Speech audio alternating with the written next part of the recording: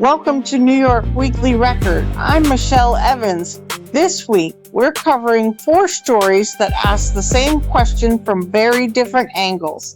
What happens when the systems we're supposed to trust start to crack? An NYPD officer assigned to the department's legal bureau is arrested on child rape and sexual misconduct charges. A high-ranking NYPD inspector is accused of violently attacking a female subordinate, raising new questions about leadership and accountability inside the department. New York orders sweeping prison safety reforms after the deaths of Robert Brooks and Messiah Nantwi, with promises of more oversight and growing demands for real change. And engineers warn that a Midtown Manhattan building could face catastrophic failure if emergency repairs aren't completed, putting one of New York's busiest corridors under intense scrutiny. From public safety to criminal justice to the infrastructure beneath our feet. These are the stories shaping New York this week. I'm Michele Evans. This is the New York Weekly Record.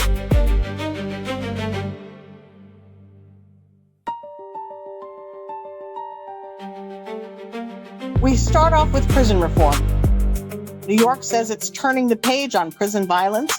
The real question is, will this time be different?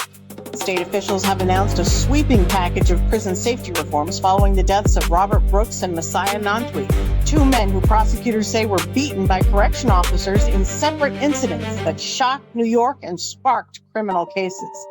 The independent review found something advocates have been saying for years: excessive force, poor oversight, a culture where accountability too often broke down, and in some cases, false reporting, weak supervision, and failures that reached far beyond individual officers. The state says it's already implementing dozens of recommendations, including stronger oversight, improved investigations, expanded body camera compliance, better supervision, and reforms aimed at changing prison culture, not just policy. Now, as someone who spent nearly a year and a half incarcerated at Rikers Island, I can tell you this: people don't protect people.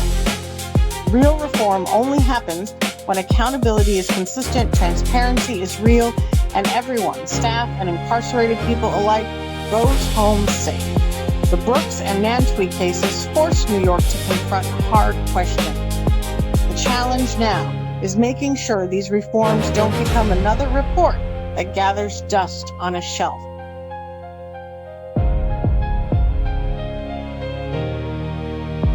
One of the NYPD's own supervisors is now facing criminal charges after prosecutors say he assaulted a female subordinate.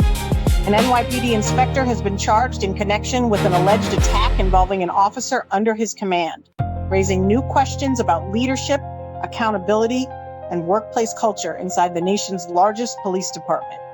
According to prosecutors, the allegations involve an inspector accused of attacking a female subordinate. The case is now moving through the courts, where the facts will ultimately be tested.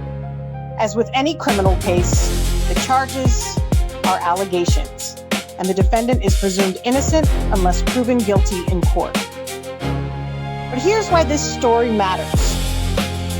Police officers are expected to protect the public, and supervisors are expected to protect the officers who serve under them. When allegations involve someone in a position of authority, they don't just affect one person, they can shake confidence throughout an entire department. The question becomes bigger than one criminal case. Did other people know? Were warning signs missed? And were proper safeguards in place? The criminal justice system now has the responsibility of determining exactly what happened. At the same time, the case serves as another reminder that accountability doesn't stop at the precinct door. Rank should never place anyone above the law. We'll continue following this case as it moves through the courts and bring you every significant development.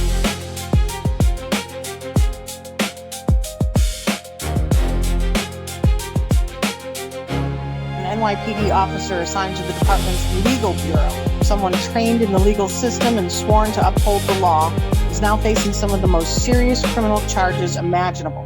3 counts of rape, 3 counts of sexual misconduct, course of sexual conduct against a child. Police say 39-year-old Joshua Acosta was arrested following an investigation into allegations that he repeatedly sexually abused a child over several years while off duty in Brooklyn. Authorities described the case as domestic, meaning the alleged victim was known to the defendant. Acosta has been suspended without pay. Through his attorneys, he denies the allegations. As with every criminal case, he is presumed innocent unless and until proven guilty in court. Cases involving children are among the most difficult in the criminal justice system. They often involve someone the child knows and trusts, making the allegations especially complex to investigate and prosecute. When the accused is also a police officer, the public naturally asks additional questions. Were there warning signs? Were there prior complaints? Could this have been detected sooner? At this point, investigators have not publicly indicated whether there were previous complaints against Acosta or whether anyone else may have known about the alleged abuse.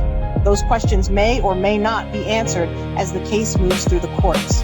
For now, these are allegations, and the legal process will determine the facts. What is certain is that an officer who once worked inside the legal system is now standing before it as a criminal defendant. We'll continue following this case and bring you verified developments as they become available.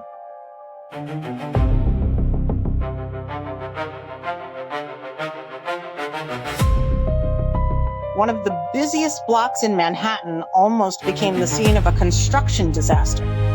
A Midtown high-rise at 235 East 42nd Street, just steps from Grand Central and the United Nations, was evacuated after 2 structural columns buckled during a massive office-to-apartment conversion. Floors began sagging, bricks reportedly fell, and city officials warned there was a real risk of a localized collapse. Hundreds of workers, office employees, hotel guests, and nearby businesses were forced out while emergency crews raced to stabilize the building. The former Pfizer headquarters is being transformed into what will become New York City's largest office-to-residential conversion, about 1,600 apartments. Emergency crews spent hours installing temporary steel supports, and officials now say the building has been stabilized. But the big question remains: how did it get this far? Construction projects don't suddenly wake up one morning with buckled columns. Something failed. Whether it was engineering, inspections, construction practices, or oversight, investigators now have to determine why a major Midtown skyscraper reached the point where emergency crews feared part of it could come down. For New Yorkers, this is about more than one building. Every crane overhead, every sidewalk shed, every construction site. The public trusts that someone is making sure these projects are safe before people walk underneath them. Because when that system fails, the consequences aren't just expensive. They're measured in lives.